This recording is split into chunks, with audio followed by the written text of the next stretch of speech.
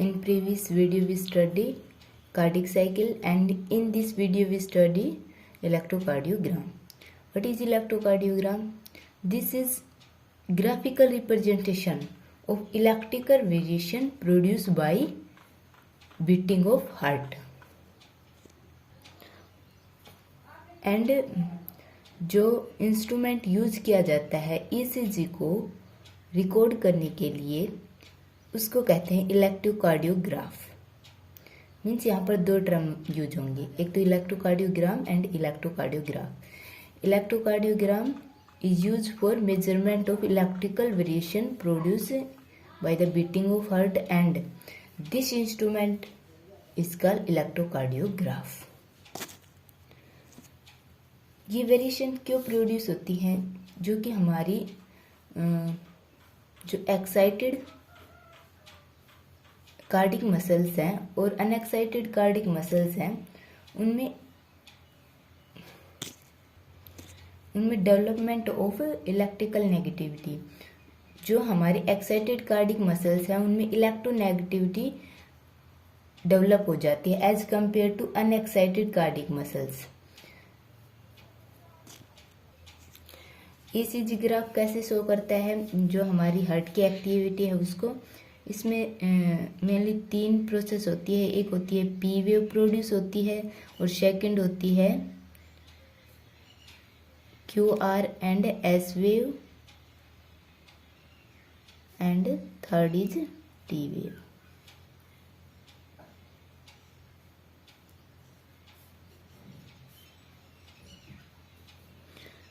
P wave, Q, R and S wave and T wave ये different heart की activity को show करती हैं।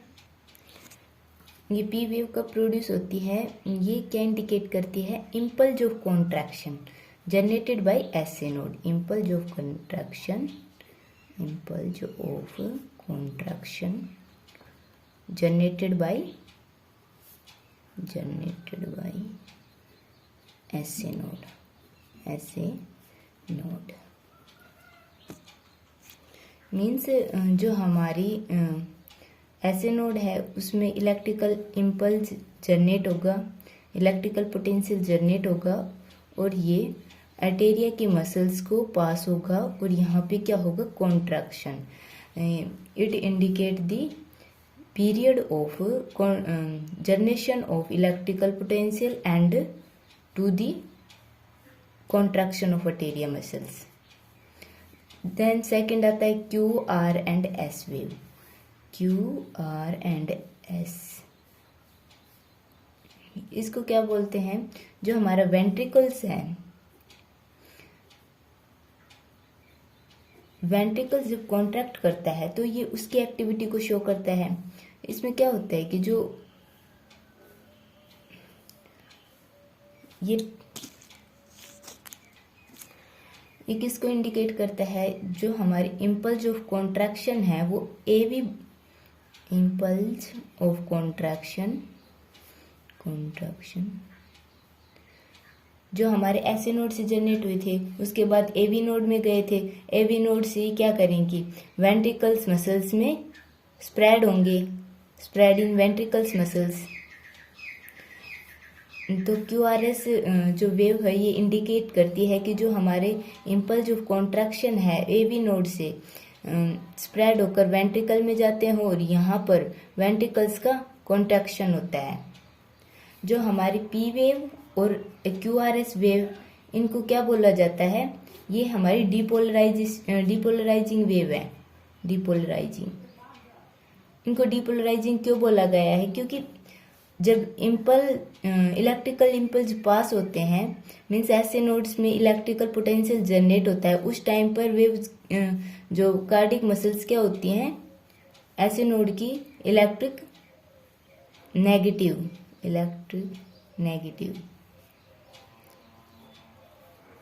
बट और पोलराइज स्टेट में प्रेजेंट होती है।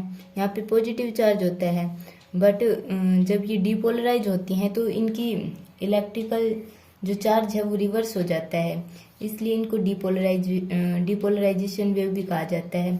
जो टी वेव होती है टी वेव को क्या बोला जाता है? टी वेव उस टाइम पर जनरेट होती है जब वेंट्रिकल्स रिलैक्स करता है। Period of relaxation of ventricles, period of relaxation of ventricles.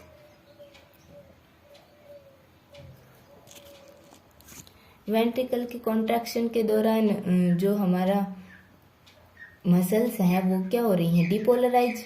और रिलैक्सेशन के दौरान क्या होगी? Repolarize. Means it retain again polarity. और इस टी वेव को क्या कहेंगे? Repolarization wave. अब ये आता है कि जो हमारी QRS जो वेंट्रिकल कॉन्ट्रैक्शन को रिप्रेजेंट कर रही है और टी वेव जो वेंट्रिकल रिलैक्सेशन को रिप्रेजेंट कर रही है, बट पी वेव क्या कर रही है? अर्टेरिया के कॉन्ट्रैक्शन को रिप्रेजेंट कर रही है, बट यहाँ पर कोई टी वेव प्रेजेंट नहीं है। मीन्स यहाँ पर अर्टेरिया का रिलैक्सेशन शो नहीं किया गया। तो वो क्यों नहीं किया गया? कि जो अर्टेरिया का रिलैक्सेशन होता है वो रिसेसिव होता है। मीन्स जो QRS वेव वेंट्रिकल्स का contraction over atria relaxation is dominant. जैसे कि ये दो डिफ्लेक्शन शो हो रहे हैं ECG में, और इन दो डिफ्लेक्शन के बीच के पार्ट को हम क्या कहेंगे? इंटरवल। क्या कहेंगे? इंटरवल।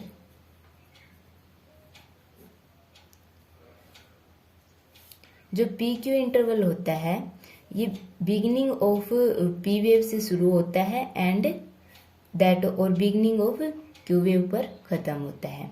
और इनका टाइम पीरियड कितना होता है? 0.16 सेकेंड। और सेकेंड जो वेव होती है वो होती है Q to T इंटरवल। ये P to Q इंटरवल और सेकेंड होती है Q to T interval.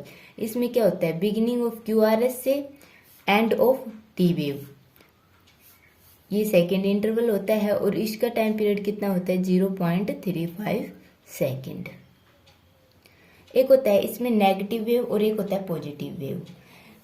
Negative wave वो पॉइंट है जहां पर जो बेस लाइन के ब्लो हैं वो नेगेटिव है।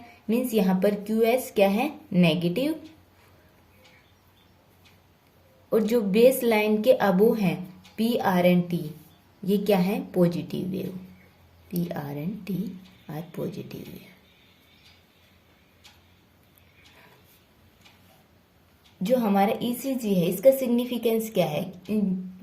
इसका सिग्निफिकेंस यही है कि हमारे हार्ट में कोई भी अबनॉर्मलिटी शो हो रही है तो इसको हम इससे डिटेक्ट कर सकते हैं और उसका डायग्नोसिस हो सकता है।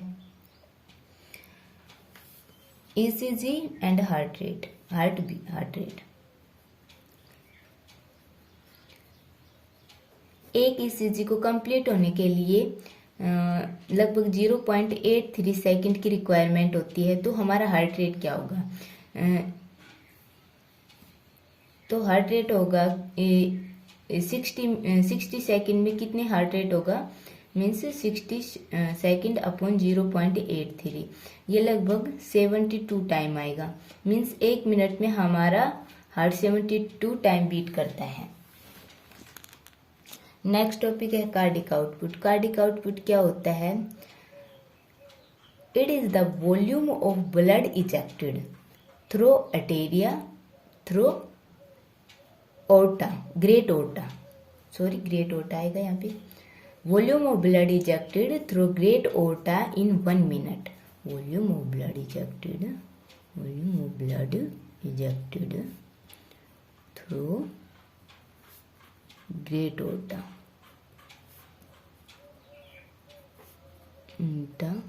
इन 1 मिनट। इसको हम क्या बोलते हैं? Cardiac output. मीन्स 1 मिनट में कितना ब्लड पंप आउट हुआ। 1 मिनट में हमारा जो हार्ट बीट का रेट है वो 72 टाइम है और जो स्टॉक वॉल्यूम है मीन्स एक बार जब कॉन्ट्रैक्शन होगा तो कितना ब्लड इजेक्ट आउट होगा? 70 ml। तो 1 मिनट में लगभग 5 लीटर ब्लड इजेक्ट आउट होता है। मीन्स ये कार्डिक आउटपुट है।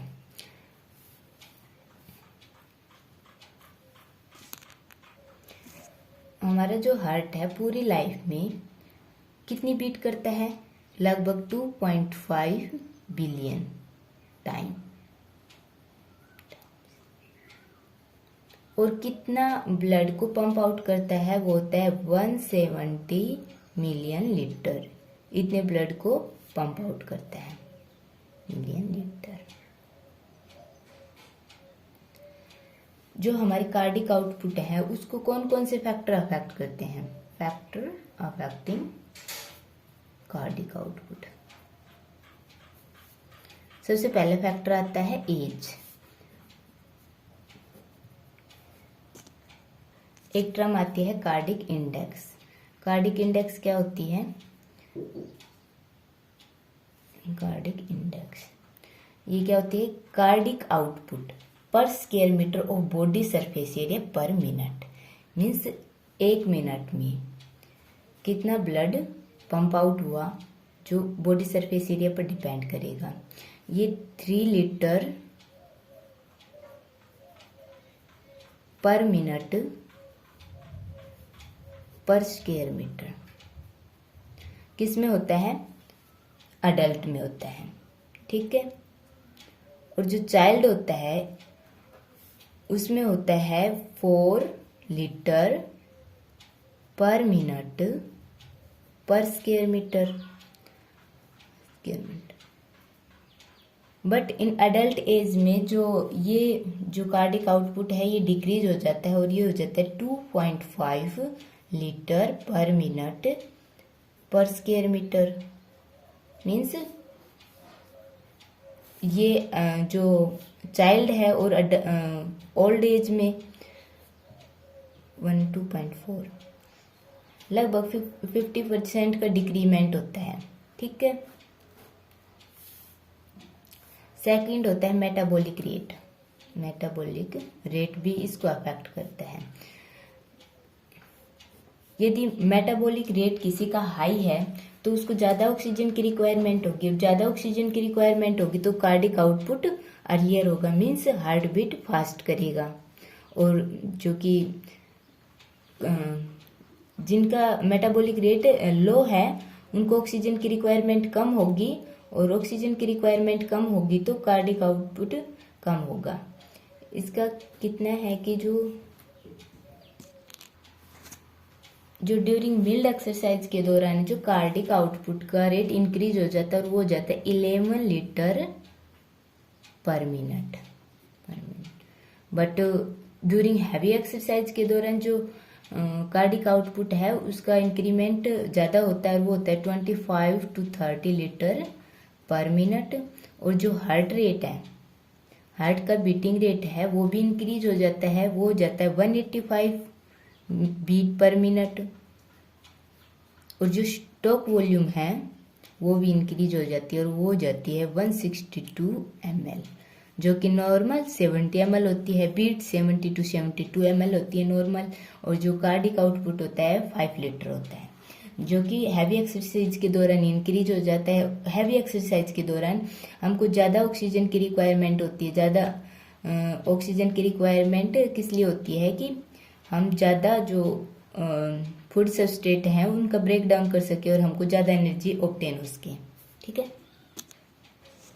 थर्ड आता है कि जो हमारा ब्लड ओर्टा से लिबरेट हो रहा है, इजेक्ट हो रहा है, मीन्स कार्डिक आउटपुट दे रहा है, वो कितना होता है? वो कैसे होता है कि जितना ब्लड का ओर्टा से इजेक्ट आउट हुआ कार्डिक आउटपुट दे रहा है, उतना ही ब्लड कहाँ से आएगा? हमारे विनस सिस्टम से इनटू द आर्टरीज, ठीक है। एक साइंटिस्ट था फ्रैंक स्टार्लिंग,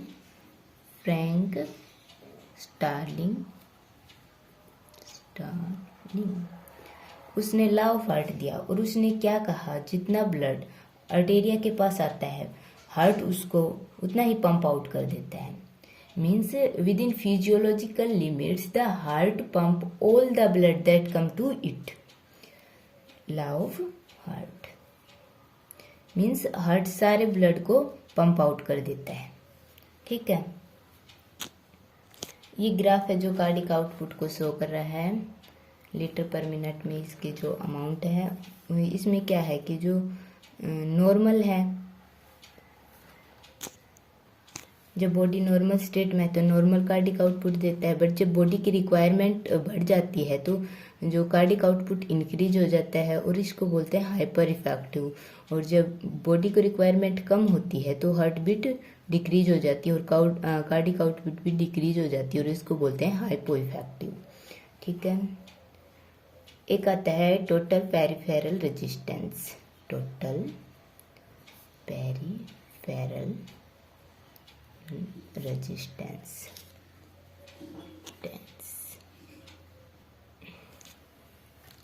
ये टोटल पेरिफेरल रेजिस्टेंस क्या कहता है कि जो कार्डिक आउटपुट है जिसको हम Q से रिप्रेजेंट कर रहे हैं, ये इन्वर्सली प्रोपोर्शनल है टोटल पेरिफेरल रेजिस्टेंस के। जब टोटल पेरिफेरल रेजिस्टेंस इंक्रीज होगा तो कार्डिक आउटपुट डिक्रीज होगा, ये इंक्रीज होगा तो, और पेरिफेरल रेजिस्टेंस डिक्रीज होगा तो ये क्या होगा, इंक्रीज होगा। So according to Ohm's law cardiac output is del P upon R. और यहाँ पर डेल पी क्या है, डेल पी है चेंज इन प्रेशर। और ये प्रेशर किस में चेंज होगा, ये होगा arterial and venous blood vessels में। Okay, del P is change in pressure, change in pressure in arterial and venous pressure। और Q क्या है, कार्डिक आउटपुट, और P क्या है, नहीं R क्या है, resistance, peripheral resistance.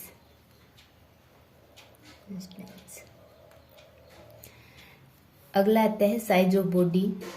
Size of body भी कार्डिक आउटपुट को अफेक्ट करता है। कैसे अफेक्ट करता है, जो कार्डिक आउटपुट होता है वो डायरेक्टली प्रोपोर्शनल होता है साइज पे एंड सरफेस एरिया पर। और लास्ट आता है नर्व्स कंट्रोल, जो nervous control of cardiac output. ये जो एक्सरसाइज के दौरान हमारे बॉडी का मेटाबॉलिक रेट क्या हो जाता है, इंक्रीज, सभी टिश्यू का इंक्रीज हो जाता है। सो कार्डिक आउटपुट भी इंक्रीज हो जाता है। उस दौरान जो नर्वस सिस्टम होता है वो क्या करता है, एक सिग्नल सेंड करता है जो कि हमारे वेंट्रिकल्स एंड जो ऑरिकल्स हैं उनके कॉन्ट्रैक्शन को इंक्रीज कर देता है, जिससे क्या होता है, कार्डिक आउटपुट इंक्रीज हो जाता है।